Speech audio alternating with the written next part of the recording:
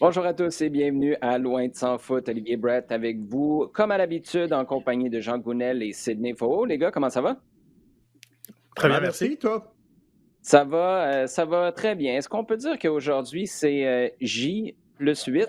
Ça marche-tu, ça? Après le fameux dévoilement de la nouvelle identité de l'Impact devenu CF Montréal. On va en discuter un petit peu au cours des prochaines minutes, mais on va aussi parler de choses concrètes, sportives qui se sont passées au cours de la dernière semaine dans l'univers du CF Montréal. L'arrivée d'un entraîneur, nomination intéressante du côté de Miami aussi. Ça, ce sera pour notre segment à domicile. Pour notre segment en temps additionnel, ben, on va encore se poser des questions à savoir ce qui se passe avec Zizou et son Real, qui a un petit peu de difficulté par les temps qui courent, qui traîne, oui, il faut dire traîne, en deuxième place de la Liga. On va également parler de l'Euro, c'est quoi les scénarios possibles. Et comme on le fait à chaque semaine, on répondra à vos questions lors de notre segment Sujet chaud. Commençons d'abord, les gars, par notre segment en temps à domicile plutôt. Sid, je veux t'entendre sur cet échange qui a été réalisé par l'Impact, par le CF Montréal. Ça va m'arriver pendant une couple de semaines, ça. Au cours des derniers jours. Maxi Urruti et son gros salaire s'en vont à Houston avec un choix de deuxième tour au Super Draft. En retour, ben, un autre gros salaire qui s'en vient, un peu moins imposant de ce qu'on comprend, ce serait 500 000 de moins pour Aliash Struna, qui s'en vient, un gros défenseur central slovène, en plus d'une place de joueur international. Qu'est-ce que tu penses de cette transaction-là? C'est une transaction qui est très intéressante du côté de l'Impact de Montréal parce que tu l'as dit dans la question, c'est la question du salaire de Maxi Urruti, Mhm. trop élevé par rapport aux performances qui ont été données par l'attaquant argentin, qu'on ne savait même plus vraiment comment utiliser, ni en poste avancé ou bien parfois même au milieu de terrain, car il avait une grosse activité physique. Il y avait véritablement un besoin de changer par rapport à ce qu'il représente sur la masse salariale. Olivier Renard a quasiment parlé de peut-être même de le faire joueur désigné afin Ah ouais? d'économiser sur le budget. Donc, je dirais que l'important dans la transaction, c'était surtout ça. En retour, c'est vrai que c'est un défenseur costaud, solide, peut-être dans les airs, qui pourra apporter un peu de soulagement. On sait quand même que au niveau de Clément Diop, c'était compliqué la gestion de son espace aérien, même si c'était pas traduit forcément par des buts. On sentait une fragilité qui pesait après sur peut-être d'autres aspects du jeu du CF Montréal. Donc, ça peut être intéressant. C'est aussi au niveau de la hiérarchie, un joueur de 30 ans, il y avait quand même un trou dans la défense montréalaise entre un Louis Binks qui a joué quasiment tous les matchs à 19 ans et puis on allait avec Camacho, donc parfois on savait pas trop quoi attendre de lui, et Rod Fanny de l'autre côté qui a 39. C'était un petit peu un équilibre très particulier du côté du CF Montréal. Donc avec Kiki Struna, peut-être qu'on a voilà une personne un peu plus stable sur laquelle on pourra compter. C'est pas non plus le défenseur du siècle, hein, on parle de 46 matchs du côté de Houston. C'est pas c'est une défense qui avait aussi beaucoup de difficultés aussi. Mais pour moi, la transaction se situe surtout au niveau de Maxi Urruti et d'un Thierry Henry slash Olivier Renard qui mettent un club qui leur ressemble de plus en plus, moins d'effectifs qu'ils ont dû subir en début d'année. C'est particulier parce que les gars, quand cette transaction-là a été annoncée, la première chose, ça m'arrive rarement, mais la première chose qui m'est venue en tête, c'est je vais croire que ce gars-là fait vraiment partie des plans sportifs le jour où il joue son premier match. Parce que selon les rumeurs, il y avait un au moins club de Serie A italienne, c'est Crotone, si je ne me trompe pas, qui était intéressé à lui. Et, et là, il faudrait que je remonte dans les communiqués envoyés par le club, mais il me semble que de dire aussi rapidement que ça que le Dynamo de Houston, peut-être que c'est juste les nouvelles procédures, mais le Dynamo de Houston garderait un potentiel une portion plutôt des recettes potentielles si on était pour revendre Struna. Je me demande, est-ce que tu veux pas, au fait, complètement te débarrasser du salaire de Maxi Urruti? Parce que c'est une économie, mais quand même, il y a 2 ans, il gagnait 1,3 million. C'est cher payé pour un défenseur central. Si tu étais, puis là, je vous balance quelque chose complètement champ gauche, si je règle pas tes problèmes dans les airs, j'en conviens, Sid, tu vois où je m'en vais avec ça. Si tu réussis à aller chercher un gars comme Laurent Simon pour des pinottes, qu'est-ce que tu préfères? Est-ce que tu vends Struna, puis tu ouvres la porte à l'entrée d'un Laurent Simon qui, moi, je lui ai parlé à la fin de l'année dernière, il est clairement disposé, si on lit entre les lignes, à prendre une grosse réduction de salaire, clairement disposé aussi, de toute façon, c'est ce qu'il a vécu à Toronto, à prendre un rôle de second plan. Sid, as-tu l'impression que là, à très court terme, ou peut-être au mois de juillet, ça pourrait être une option, ça? Oui, c'est possible et c'est envisageable, mais encore une fois, avec Laurent Simon, on se rapproche plus du profil de Rod Fanny, d'un C'est un vrai. peu un joueur très expérimenté, mais sur lequel tu ne vas pas compter sur l'ensemble des 20-25 matchs, à voir combien le calendrier va nous donner de matchs. Et c'est là où j'ai un problème, et moins par rapport effectivement à la personnalité d'un joueur qui voudrait jouer à Montréal, qui est apprécié par les partisans et sur qui on n'a pas grand-chose à dire, sauf que c'est pas le joueur sur lequel tu peux compter à 100%, en tout cas dans ma vision d'une défense centrale, sachant que Louis Blinks est en apprentissage et les chances qu'il était en sur-régime cette année sont élevées et normales vu son âge. Oui, et c'est un commentaire intéressant. Moi, là où je verrais de la plus-value, c'est de tout de suite marquer le coup. On veut recentrer sur Montréal, sur la place que Montréal a sur l'échiquier mondial, sur la planète foot. Là, tu as un gars qui est parti tout croche à une époque où, désolé, mais on gérait ces genres de dossiers-là tout croche aussi. Souvenez-vous, c'est Rémi Garde qui arrive. La première chose qu'il a à nous dire, lui, après avoir été dévoilé à la presse, c'est ouais, ben Laurent Simon a été échangé, il n'était pas au courant, il y a eu un appel 5 minutes avant, puis on lui avait fait. Ça, c'est pas tout Rémi Garde qui nous a dit ça, là. Mais quand on a tous les morceaux du puzzle par la suite, on lui avait fait une promesse qu'elle allait être en mesure de finir, promesse verbale, qu'elle allait être en mesure de finir son contrat à Montréal, puis finalement, à la va-vite, on s'en débarrasse. Puis ce qu'on apprend aussi, c'est qu'on le magasinait depuis le mois de juillet.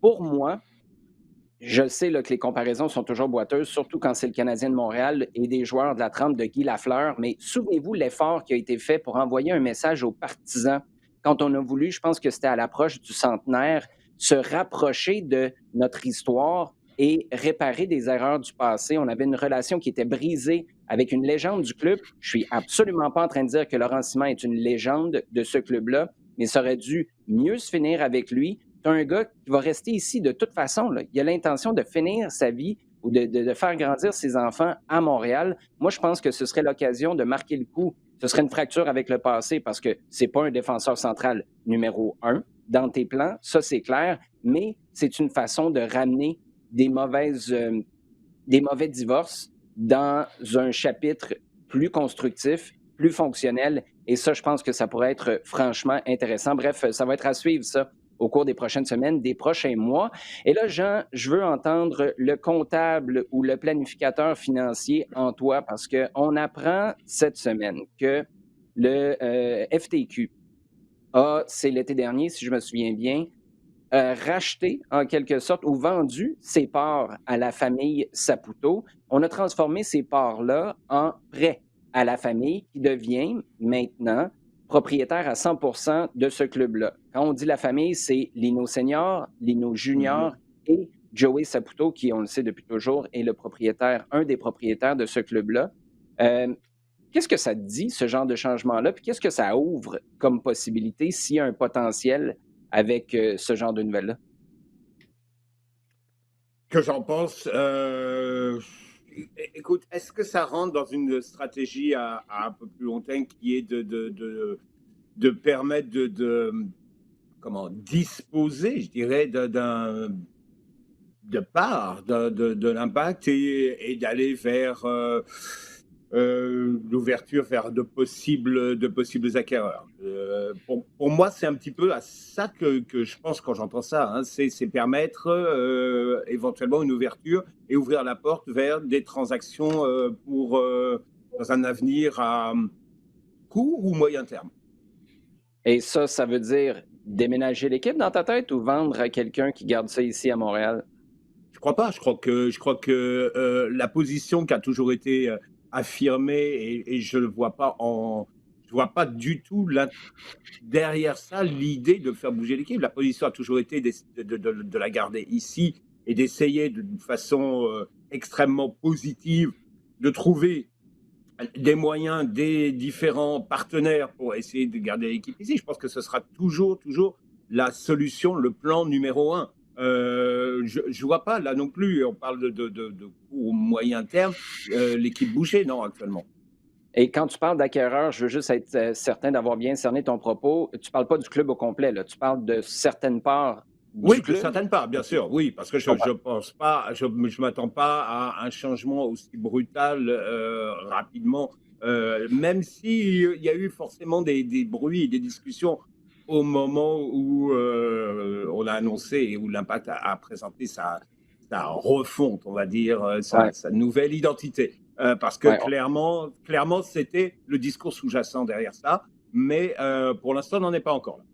Non, on a fait dans le changement brutal au cours de la dernière semaine. On va se donner un petit break si ça ne te dérange pas, Jean. Sid, peut-être en quelques secondes, toi, est-ce que tu as eu des réactions particulières en voyant ça? Est-ce que tu vois ça comme une bonne nouvelle, une mauvaise nouvelle, une non-nouvelle? Tu te positionnes où?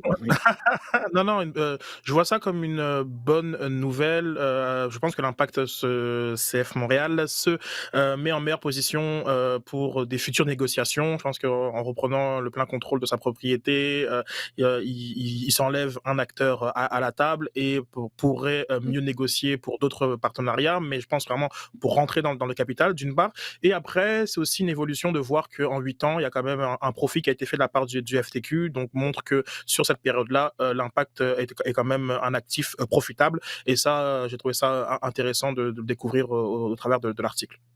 Ben, après notre conversation de la semaine dernière, les gars, moi, je suis plus convaincu que j'aime. En fait, il y a 2 ans, là, quand il y a eu la fameuse table ronde avec les médias, Joey Saputo, et que Richard Legendre, à la fin d'une présentation qui avait duré, ben, d'un entretien qui avait duré, je me rappelle pas, là, c'était au-delà d'une heure, c'était peut-être même 1 heure et demie, et Richard était parti dans le stade. Ça se faisait dans un salon VIP. Il était parti dans le stade chercher les plans de stade 3.0, si on peut l'appeler comme ça, stade Saputo. Moi, je me disais, mais tu as tellement de choses à régler d'ici là. Il y a un travail de fond que tu dois faire avant d'espérer retaper ton stade. Tu sais, tu vas le remplir avec qui? Là, avec ce qui s'est fait au cours de la dernière semaine, ce qui se fait sportivement aussi, moi, je pense que là, ton stade, ça devient une priorité. Et est-ce que d'avoir ces parts-là en poche, si on peut le dire comme ça, ben, ça te permet de les revendre à quelqu'un d'autre, de rentrer de l'argent neuf qui pourrait financer les changements à ton stade qui sont, à mon sens, nécessaires pour être cohérent avec ton nouveau branding.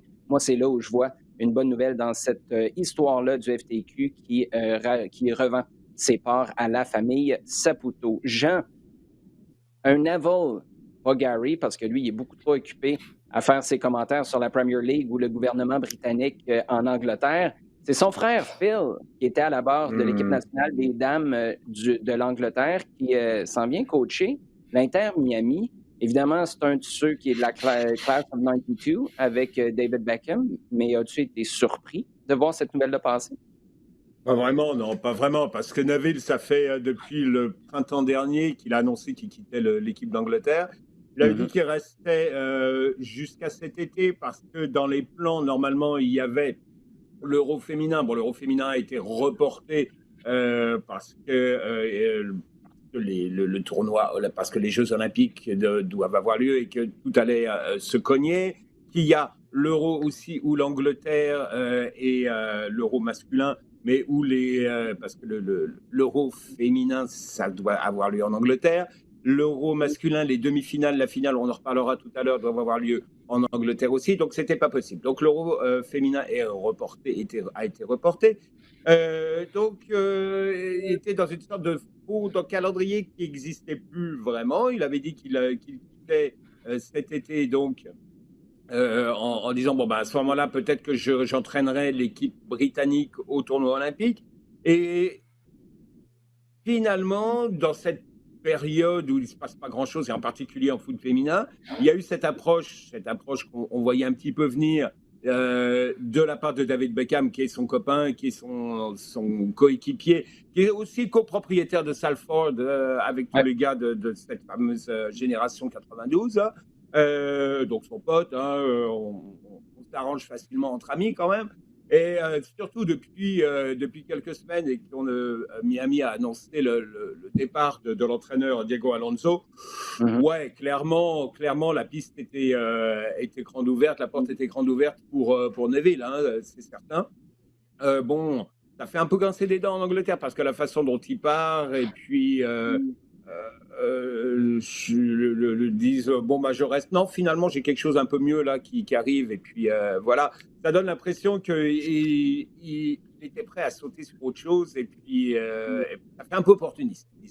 Ouais. Maintenant pour ce qui est de Neville en MLS. Il a très peu d'expérience. Très peu d'expérience. Clairement, il y a eu un passage avec David Moyes à Manchester United. Il y a un passage avec Nuno Espirito Santo à Valence. Il n'y a rien qui a été forcément exceptionnel. Avec la sélection féminine, il a réussi à les amener à un certain niveau qui était celui de demi-finale mondiale.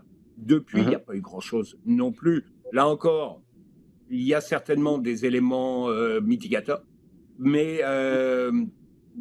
il n'a pas encore vraiment fait ses preuves. Diego Alonso, à l'époque, quand il est arrivé à Miami, il avait déjà gagné 2 Ligues des Champions CONCACAF avec Monterrey et l'autre club, c'était, j'ai un trou, Ouais, deux clubs mexicains. Donc, il avait quand même une solide expérience, savait où il allait. Clairement, ça n'a pas fonctionné avec Miami, avec la direction. Au bout d'un an, tu ne peux pas dire bon, il ne fait pas les séries dans une saison où tout le monde quasiment pouvait faire les séries, mais c'était la première année du club. Ils ont investi gros. Higuaín en particulier, ça a été un gros coup qui n'a pas vraiment ramené. Donc, clairement, il y a une volonté de continuer un petit peu ce côté, on va pas dire bling, mais ramener des noms. Hein, de ramener des noms, clairement. Maintenant, moi, je me pose des questions parce que la MLS, c'est vraiment un autre produit, une autre façon de faire et une solide commande pour quelqu'un comme Neville qui n'a pas vraiment d'expérience à diriger un groupe au jour le jour. Je ne suis pas persuadé que ce soit une si bonne idée que ça. Bon, c'est ce que j'allais dire. Au final, ce qu'on conclut, c'est que tu es bien excité par cette idée-là de voir Phil Neville Bah, quand tu débarquer. regardes que Gabi Heinze arrive à Atlanta, là, ça m'intéresse pas mal plus. Ça m'interpelle un peu plus quand même. Non, mais Sid, la vraie question dans tout ça, là, à Miami, en plein été, il va-tu porter sa veste de joueur de snooker, Phil Neville, ou pas? Oui, oui, mais c'est vrai que le côté bling bling, c'est pas non plus, voilà, c'est quand même un nom, ça reste un nom associé aux meilleures années de Manchester United, et c'est en lien avec, comme dit Jean, avec cette philosophie du club. Donc c'est à voir, mais il se lance dans quelque chose de complètement inconnu, dans une année encore plus inconnue, et j'ai une curiosité de voir comment la mayonnaise va prendre. Bon, on conclut notre segment en temps additionnel à domicile. La misère, je les mélange, là. J'ai l'impression que c'est parce qu'avant les fêtes, on a commencé à faire un petit monsieur patate avec tout ça pour être le plus cohérent possible en début d'émission. Sid, je veux t'entendre sur la lettre de Don Garber publiée, entre autres, sur les médias sociaux, où Garber a parlé d'un paquet de trucs. Un retour sur l'année dernière, un regard, évidemment, sur l'année 2020 à venir. On attend toujours le dévoilement du calendrier et on sent que derrière ça, l'objectif principal, pour ne pas dire le seul objectif, c'était de mettre de la pression sur l'association des joueurs à qui la Ligue a fait les propriétaires ont fait une proposition il y a 2 semaines. La proposition est assez simple dans l'ensemble. On continue de vous payer 100% de vos salaires, mais on repousse l'entente collective de 2 ans. On la prolonge, en fait, avec les mêmes termes pour les 2 prochaines années. Et Don Garber, dans sa lettre, prend la peine de dire, ben, on a vraiment hâte d'avoir une réponse à cette lettre-là. En gros, ce qu'il est en train de dire, c'est lettre morte pour le moment. Mais Don Garber est bon avec les mots. Hein. Il est capable de prendre le spin le plus positif possible quand il passe des messages comme ceux-là. D'abord, il y a aussi le fait que Garber persiste en disant qu'on espère un début de saison en mars. Avant que tu me donnes tes impressions ou la chose qui te marque le plus, est-ce que tu penses que c'est réaliste en ce moment de commencer en mars? Personnellement, je ne vois pas comment tu peux commencer avant le mois d'avril. D'habitude, tu commences ton camp d'entraînement là, dans 2 jours. Effectivement, je suis d'accord avec toi, c'est pas très réaliste dans la situation actuelle, dans, le contexte, d'une ligue avec des équipes canadiennes et états-uniennes. Je vois Mhm. pas comment, en si peu de temps, en voyant, où sont rendues les négociations entre la MLSPA et la MLS, cet horizon, n'est pas réaliste et on parlait de spinner les mots. On comprend bien qu'il affirme quasiment que si on n'arrive pas à commencer en mars, c'est aussi, ce serait surtout parce que du côté de l'association des joueurs, on n'est pas capable d'accepter une proposition que lui juge juste et raisonnable. Proposition qui, effectivement, de payer les joueurs à 100%, mais de geler l'entente du CBA. C'est compliqué de la part des joueurs qui ont déjà qui ont quand même fait pas mal de sacrifices l'an passé. Bon, l'an passé, ils étaient payés à 95%, mais il y a quand même eu d'autres dommages collatéraux. Et donc là, on les prend un petit peu en otage, tout en sachant qu'il y a la renégociation des droits télé qui arrive. On est quand même dans une période très très délicate et aussi que lorsqu'on a fait la première entente de 2020, on avait dit que c'était une situation d'urgence qui correspondait à l'année 2020 et qu'en 2021, il y aurait des changements. Donc là, on a l'impression un peu s'en être fait passer une et c'est compliqué. Et on arrive dans une situation qui est maintenant de plus en plus commune entre la MLS et la MLSPA, des négociations sur la place publique, à coup de lettres, à coup de Twitter et à coup on essaye de prendre l'opinion publique de notre bord et de prendre Mhm. finalement voilà, le public en otage, alors qu'il y a de nombreuses questions qui se posent. Et du côté qui nous intéresse plus particulièrement du CF Montréal, quel type de saison est prévu pour les clubs canadiens? Est-ce qu'on repart encore Yeah. sur un championnat, une ligue entre Montréal, Vancouver et Toronto? Comment on fait l'équilibre avec les autres équipes au niveau du nombre de personnes qui seront en série, l'équilibre compétitif? Il y a quand même beaucoup de questions qu'on se pose et qui ne seront pas répondues d'ici à début mars, dans le contexte de la vaccination, dans le contexte des quarantaines, dans le contexte du sport qu'on connaît tous, version Covid-19.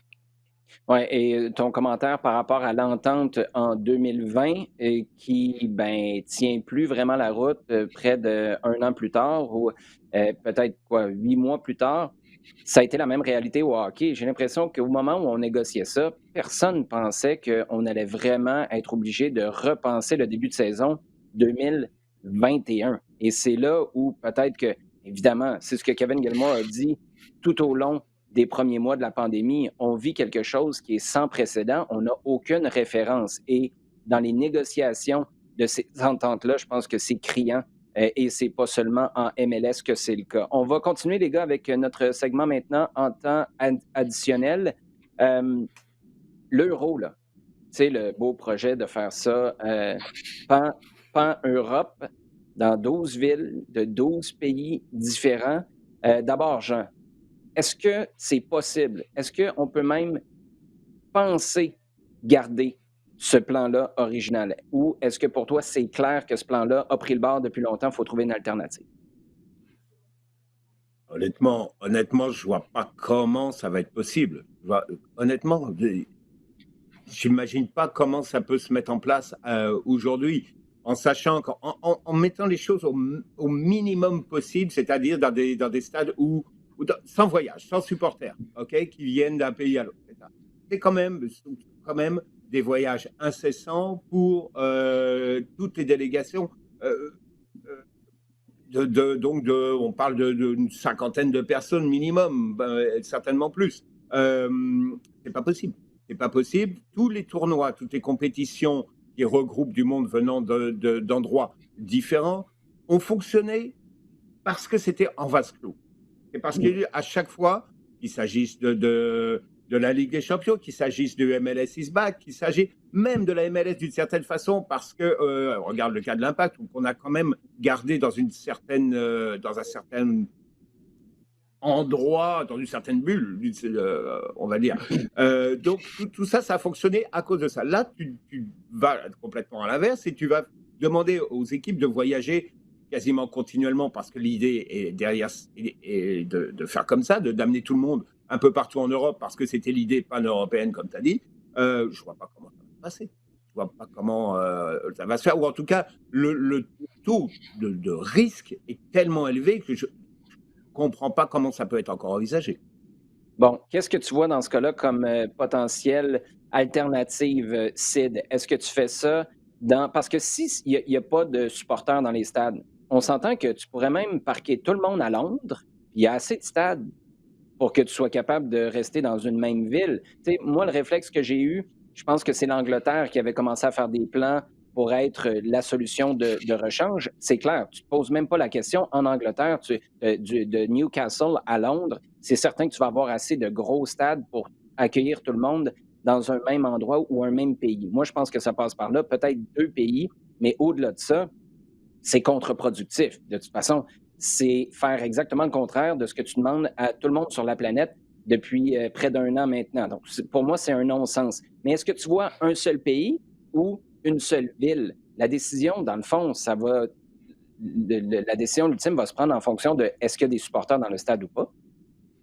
Tout à fait. Je pense que lorsque Platini lance l'idée de l'Euro 2020, c'est pour les 60 ans de la compétition, et effectivement une célébration du football à travers Mhm. tous les pays européens, et c'est essentiellement pour les supporters. À partir du moment où il n'y a pas de supporters, donc comme l'idée de l'anniversaire, on n'a pas besoin, on a juste mettre avec quelques bougies à gauche à droite, C'est pour la c'est pas télé. possible, c'est pas possible de faire une compétition telle quelle. En fait, elle est d'un autre temps. Maintenant, c'est vrai que Londres, par sa nature et par le nombre de clubs, pourrait être une ville haute, bulle, un peu comme Lisbonne a pu l'être, mais juste pour 8 équipes durant la Ligue des Champions. À voir, parce qu'on parle quand même de 24 équipes, on parle aussi d'un pays qui Merci beaucoup. s'est détaché de l'Europe. Est-ce que ça joue peut-être un peu dans l'image, et même parfois même dans les complexités logistiques qui sont maintenant véritablement existantes. Mais c'est certain que c'est pas possible. C'est pas possible, sachant que la décision va se prendre plutôt genre comme mars, vraiment autour du mois de mars, et que au niveau de l'opinion publique, mais c'est impossible de vendre un projet. On va demander à 24 pays de voyager à travers toute l'Europe pour jouer au football. Je pense qu'il y a quand même une sensibilité qu'il faut avoir dans le contexte. Et là, je ne crois pas qu'en étape, ça puisse se faire. Sachant que je suis très curieux de voir, en fait, finalement, quelle sera la première compétition collective. Oui, les joueurs voyagent, que ce soit au tennis ou ailleurs, pas de problème avec ça. Mais lorsqu'on voit, par exemple, que même au Japon, Tokyo 2021 est en train d'être annulé tranquillement pas vite, je suis très curieux de voir quelle sera la première compétition collective qui implique des voyages de délégation qui aura lieu aujourd'hui. Oui, c'est très intéressant, Sid, et surtout, excellent point sur la perception après le Brexit. Tu sais, dans le fond, tu es en train de récompenser ceux qui disent, ben nous, on va aller faire le party tout seul de notre côté. C'est un excellent point. Jean, tu voulais ajouter quelque chose là-dessus? Oui, oui, rapidement, effectivement, pour compléter quelque chose que Steve dit, Alexander Seferin, le président de l'UEFA, a dit clairement que de toute façon, il y avait quand même euh, une base qui était l'avancée des vaccinations un petit peu partout. Or, très clairement, elles ne vont pas avancer au même rythme dans tous les pays, en particulier les 12 pays qui sont censés accueillir l'euro. Pour moi, c'est ça aussi, et ça vient du président de l'UEFA, c'est un argument qui va dans le sens de ce que Sid dit, c'est-à-dire plutôt regrouper un endroit. On parle de Londres. Moi, je vois un autre endroit qui est très simple, qui a toutes les infrastructures et qui est aussi bien. C'est là où on a fait la fin de l'Europa League, qui est la région de la Ruhr, qui est Mhm. extraordinaire parce qu'il y a plein de clubs de première division avec des stades tip-top, un gros espace dans un endroit qui est complètement européen. Ça peut rester une option aussi. Ouais, ça, c'est un excellent point. D'ici là, il y a beaucoup de soccer de clubs à jouer et il y a beaucoup de problèmes à résoudre du côté du Bernabéu, Jean. Zizou qui teste positif à la COVID, une équipe qui est quoi, 7 points derrière la tête en ce moment, éliminée de la Coupe par une équipe de troisième division. Qu'est-ce qui se passe avec le Real? Je pense qu'il se passe la même chose qu'avec plusieurs autres clubs, c'est que c'est pas nouveau. C'est pas nouveau avant Noël. Donc on parle de novembre-décembre. Déjà, il y avait ils étaient chauds, ils étaient sur la sellette parce que leur position en Ligue des Champions n'était pas du tout assurée. Ils étaient parmi ces équipes qui risquaient de passer à la trappe avant la dernière journée. Ils se sont accrochés et ça a clairement permis de remettre Zidane dans le bon sens, disons, parce qu'il y a eu une réponse du groupe, alors qu'on se demandait comment ça allait se passer, etc. Mais au bout du compte, le problème de fond, il est le même, c'est que c'est une équipe qui n'a pas beaucoup bougé depuis quelques années, et on voit un petit peu, on voit la façon dont Zidane gère, qui est un petit peu mettre des joueurs dans leur situation idéale, disons, mettre à leur place, la place où ils vont avoir la meilleure influence, la meilleure expression possible. Mais par moment, bah, il n'y a pas forcément de lien, et puis on a un peu l'impression de voir la même équipe pour revenir régulièrement sur le terrain. Il n'y a pas énormément de rotation, et au bout du compte, on voit que c'est une équipe qui, par moment, même de plus en plus régulièrement, manque d'idées, et qu'il y a certains meneurs naturels, on en a parlé déjà, qui sont Ramos ou Benzema, qui ne sont clairement pas remplacés, et d'autres qui ont un mal fou à s'intégrer, et là je pense clairement à Eden Hazard. Ouais. Ouais, ça, c'est un excellent exemple. Et tu parles de mettre les gens dans une situation idéale. J'ai l'impression que c'est devenu une utopie autour du 13 ou du 14 mars 2020, ça, mettre les gens dans une situation idéale. Là, tu as besoin de gens qui sont capables de s'adapter à la réalité actuelle, la réalité de maintenant 2021. Les sujets chauds maintenant, les gars. On commence avec une question. Tiens, Jean, j'aimerais avoir ta réponse à la question de Rio qui dit: pensez-vous que Liverpool va se remettre en ordre de marche, oui, peut-être de match aussi, pour cette année? Non, moi, j'ai regardé le match contre Burnley, j'ai regardé le match contre Burnley, puis j'ai regardé encore les 20 dernières minutes, et puis encore une autre fois les 20 dernières minutes, et puis bon, ça a été un constat assez clair, c'est que tout ce qui marchait avec lui ces 3 dernières années, ça ne fonctionne plus. Ils ont clairement eu, par exemple, hier contre Burnley, 4 grosses séquences de domination qui ont amené aucun tir au but, aucune action dangereuse. Il y a eu une sorte de ballon fort mis devant le but avec un ricochet sur Firmino. C'est essentiellement tout ce qu'il y a eu de dangereux. Des attaques rapides, personne ne prend plus la décision. Ils ont peur parce que là, ça fait 4 matchs où ça ne fonctionne pas, 5 matchs même.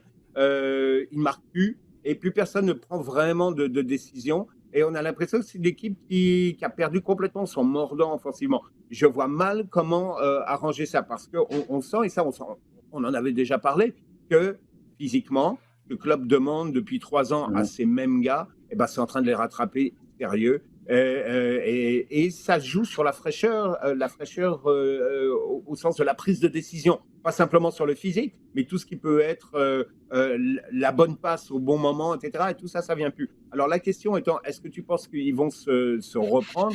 Quand tu regardes le calendrier de Liverpool pour les 5 prochaines semaines, non. Ils jouent Manchester United en coupe ce dimanche. Mine de rien, la coupe, là, ça va devenir important pour Liverpool parce qu'ils peuvent peut-être sauver une saison là-dessus. C'est pas donné du tout parce que ça va être à Old Trafford, pas sûr. Mercredi ou jeudi, ils enchaînent tout de suite sur un déplacement à Tottenham. Pas évident non plus. Après, ils ont un déplacement à West Ham qui est en ce moment qui est dans les jambes d'à peu près tout le monde. Ils ont Brighton, ça peut aller, mais après ils ont Manchester City, ils ont Leicester, et là, bang, Leipzig en Ligue des Champions. Voilà le programme pour Liverpool. Il y a 0 match de manœuvre. Ils veulent se reprendre, c'est à ce moment-là, et je vois mal comment ils vont pouvoir se reprendre actuellement face à des équipes qui tournent vraiment bien. Tottenham, ça va, ils lâchent quelques points, mais ils vont être très, très durs à jouer. City et Leicester sont en pleine bourre en ce moment. Donc, j'ai vraiment du mal à voir Liverpool se reprendre d'ici là. Et s'ils n'y arrivent pas d'ici là, au mois de mars, c'est fini. Et l'aspect condition physique est particulièrement pertinent, à mon sens, Jean, avec le calendrier chamboulé de la dernière année. Tu sais, c'est nouveau pour tout le monde. Tu n'as pas été capable de gérer tes temps morts, ton entre-saison. Tout a été précipité. La préparation physique aussi, je présume. Donc, ça, c'est pertinent. Et en ce qui concerne le match de Burnley, par contre, Jürgen Klopp, pour reprendre une expression célèbre en Allemagne, te dirait probablement que Burnley, là, ils sont bien durs à jouer contre. Fait que c'est peut-être plus les prochaines semaines. Tout le monde est comme ça maintenant. Tout le monde est comme ça. Et juste vraiment un dernier mot pour finir, parce que je voulais revenir absolument, ça c'est vraiment essentiel, je pense.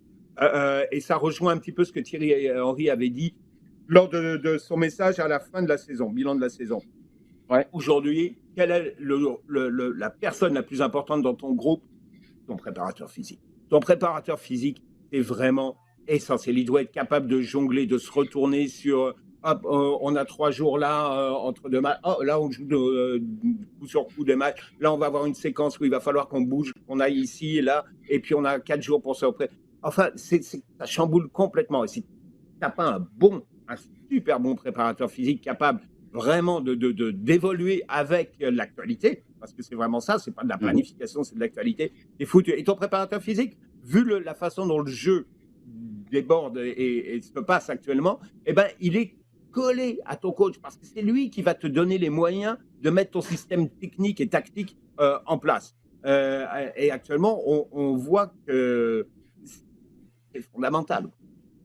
On salue Jules Guéguen, à qui tu viens de mettre un beau coup de pression pour la saison à venir du SCF Montréal. Merci, Jean. Jules, on espère que tu nous écoutes. On te souhaite une excellente saison. Sid, on y va avec toi maintenant. Xavier Maranda qui nous demande que devrait faire le CF Montréal pour apaiser les partisans. Rien. Je pense que du côté du CF Montréal, tantôt en introduction de l'émission, tu dis que ça faisait J-8, mais moi j'ai l'impression que ça fait J+8, mais moi j'ai l'impression que ça fait J+80, tellement il s'est passé de choses depuis la semaine passée. Mais du côté du CF Montréal, il faut garder le cap. Il faut garder le cap sur les différentes actions qui étaient prévues. Je crois qu'aujourd'hui, le sujet est beaucoup trop sensible finalement pour avoir une forme peut-être d'excuse ou de mea culpa qui finalement mettrait plus de l'huile sur le feu qu'autre chose. Il faut aller au bout peut-être même pendant 6 mois, 1 an, et si erreur il y a, parce que dans les résultats sportifs ça ne suit pas, faire amende honorable. Mais pour l'instant, je comprends tout à fait pourquoi il y a une espèce de silence radio, même s'il y a eu plusieurs annonces qui ont déjà été faites par le CF Montréal, mais adressées spécifiquement. Oui, ça peut paraître comme un manque d'empathie, mais soyons honnêtes, il ne pourrait pas, à moins de dire qu'on vient de foirer le dernier 18 mois de planification et de refonte du club, il n'y a rien qui pourrait être dit qui pourrait apaiser la situation. Oui, mais je suis d'accord avec toi. Ce qu'il faut que tu fasses dans l'immédiat, c'est arrête de vendre.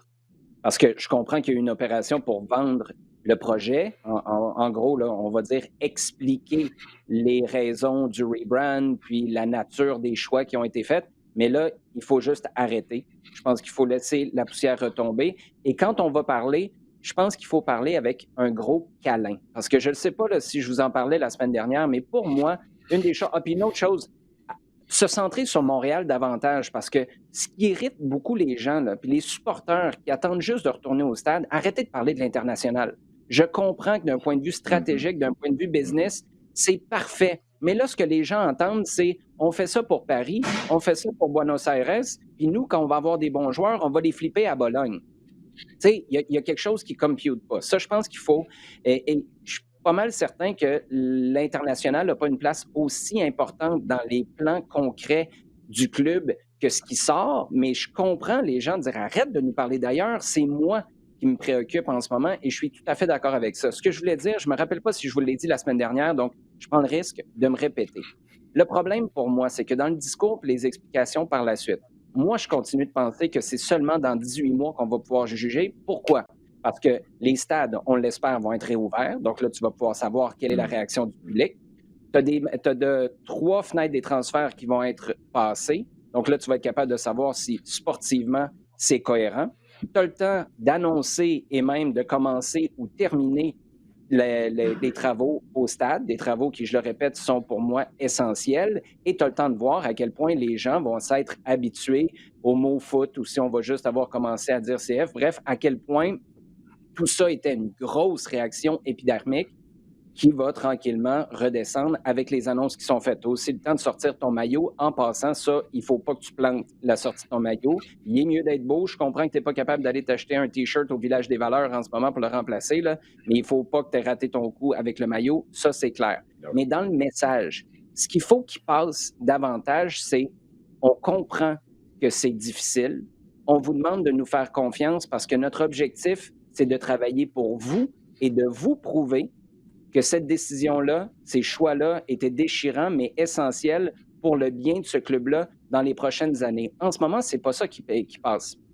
Le message qui est reçu, c'est vous comprenez pas, vous allez voir. Plutôt que faites-nous confiance, on est là pour vous, on va travailler ensemble. Et dans le ton, je le sais que c'est de la sémantique, mais ça donne un ton complètement différent parce que veut pas, là, il y a de la gestion d'image et Kevin Gilmore, Justin Kingsley, moi, c'est deux gars pour qui j'ai beaucoup d'admiration. Je suis pas 100% d'accord avec leur position. Je partage pas tout leur point de vue. Il y a une chose que je constate, c'est que c'est deux alphas.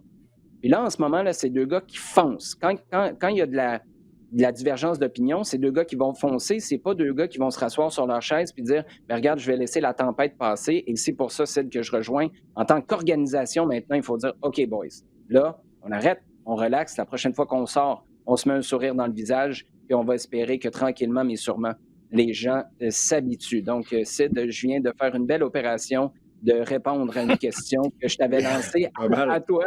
Mais bon. Xavier est content.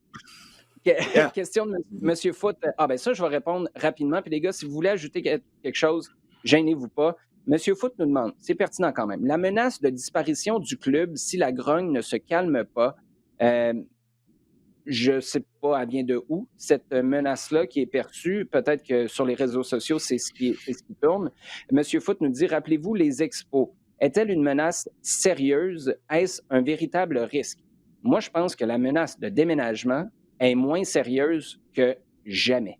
Parce que j'avais une sérieuse... Rappelle-toi, Sid, quand cette nouvelle-là est sortie de Radio-Canada au mois de décembre, moi, je t'ai dit, il va-tu être là, ce club-là, dans 3 ou 4 ans? Tu m'avais donné une réponse qui était super intéressante sur la Coupe du monde 2026. Tu ne peux pas tirer la plug sur un club alors que tu as un gros événement comme celui-là qui s'en vient ici.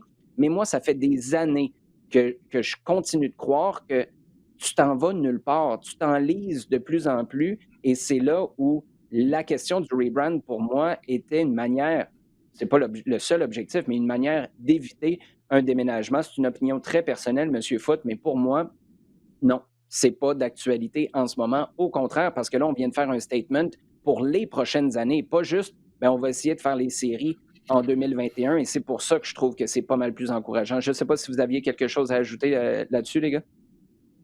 Non, moi je trouve que non, ça tient complètement debout ce que tu dis. Je suis totalement d'accord. Sachant évidemment que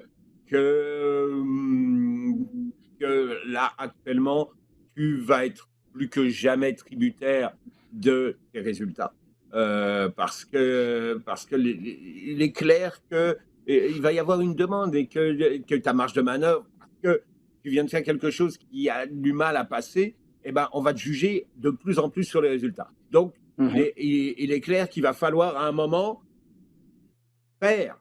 aller devant, aller dessus et vraiment faire en sorte que ça fonctionne à ce niveau-là, parce que c'est primordial, c'est le fondement de tout maintenant.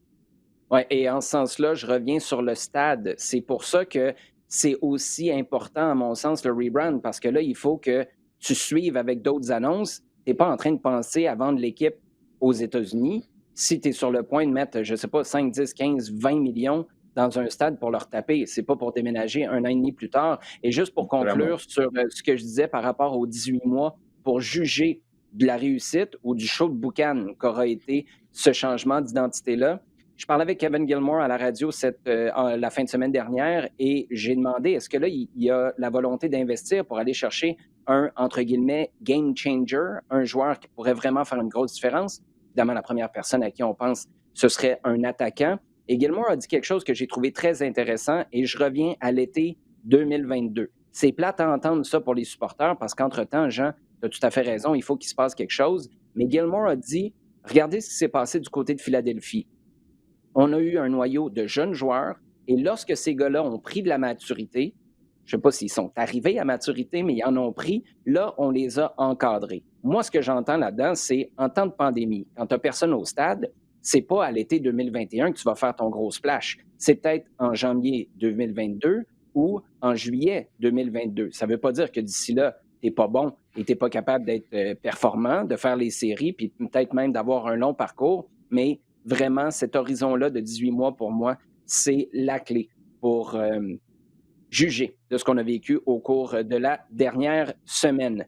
Sid, Antoine veut savoir maintenant, en ce qui concerne le Super Draft, pourquoi des équipes passent leur tour lors du repêchage? Antoine nous demande, ne devrait-elle pas prendre une chance de faire venir un joueur de plus au camp d'entraînement et qui sait peut-être avoir une belle surprise?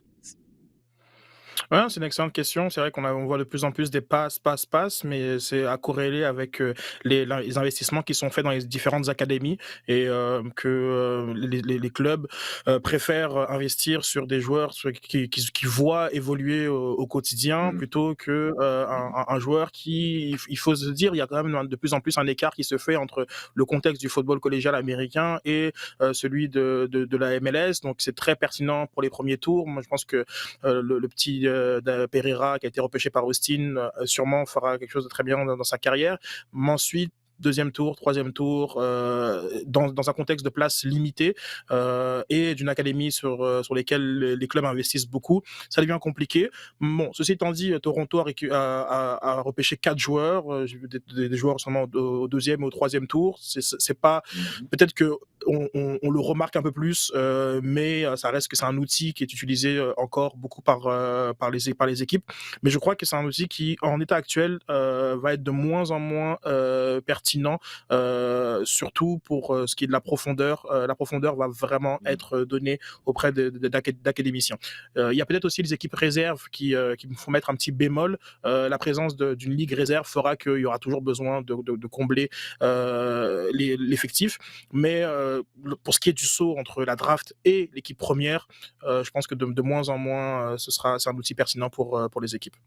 Oui, et je trouve ça extraordinaire que tu réussisses à me faire penser à une pinte à quelque part dans un pub à Montréal quand tu me parles de la draft au lieu du super draft. C'est Ouais, je extraordinaire. m'excuse, ouais, ça me fait penser ça me fait penser à Andrew Wenger. Oui, en effet, c'était le premier choix, là. Yeah, ben, premier choix. Oh, ouais. Mais C'est un Andrew, autre football. Ouais, ça ouais, a pas été une carrière phénoménale. non, c'est une autre époque aussi. Et d'ailleurs, un peu plus tôt, là, Jean, tu disais que tu peux pas, après une saison, mettre un entraîneur dehors quand c'est ta première campagne en MLS. Ben oui, tu peux. L'Impact l'avait fait à Oui, l'époque en je sais. 2012. Je sais, Rappelons-le. On salue Jesse Ouais. Marsh, qui est à quelque part en Europe en train de rouler sa bosse. Content, comme lui, il ça va bien. Oui, exactement. On termine, Jean, avec la question de Simon Paquette, un peu longue, mais le sujet est super intéressant. Avec Kyle Larin qui fonctionne à plein régime actuellement, pensez-vous qu'il pourrait atterrir dans une équipe de premier plan européen? Ça, c'est chiant pour son club actuel, mais quand même. Et Simon nous dit, pensez-vous qu'il peut retrouver sa place de partant sur l'équipe nationale canadienne? Ouais, je pense que oui. Je pense que oui, au bout du compte, la question. Bon, un transfert en A, c'est tellement compliqué en ce moment que je ne peux vraiment pas voir ce qui va se passer sur les 3-4 mois qui viennent. Donc, je ne sais pas. Et à la limite, tu peux même dire, regarde, ça va bien là actuellement, continue comme ça. Maintenant, sur le deuxième élément de la question, qui je pense est ce qu'on veut savoir, oui. Je pense que clairement, surtout avec les échéances qui vont arriver là maintenant, parce qu'on arrive rapidement sur des échéances importantes pour l'équipe nationale canadienne, oui, je le vois clairement réintégrer la sélection et être dans une... certainement pas comme titulaire pour l'instant, mais certainement faire sa place et montrer qu'il est là, et surtout qu'il a progressé par rapport à il y a 2 saisons où on avait un peu l'impression qu'il avait atteint qu'il y avait un plateau. Et on se demandait s'il allait être capable effectivement de franchir cette étape-là. Je pense que oui. Et que maintenant, il a les moyens il devrait retrouver sa place en équipe nationale et certainement, il a les moyens de montrer qu'il peut être titulaire ou en tout cas un joueur majeur pour les 2, 3, 4 ans qui vont venir. Ouais, en espérant que la confiance qui va accompagner ses performances au cours des dernières semaines, des derniers mois, vienne aussi avec une petite dose d'humilité, parce que c'est ça qui manquait, hein. Moi, je me souviens d'un certain match au Stade Saputo où travaillait pas fort fort, Monsieur Laren. Les gars, toujours un Non? plaisir. Merci beaucoup. Merci pour vos propos cette semaine. Merci à vous à la maison pour les questions posées sur Twitter, hashtag LDSF. Vous pouvez consommer et partager notre contenu sur le rds.ca/balado-diffusion sur iHeartRadio et toutes vos plateformes préférées. Jean-Cyd, à la semaine prochaine. Bye bye. Salut, Merci bonne beaucoup. semaine, merci. Salut tout le monde. Bye bye.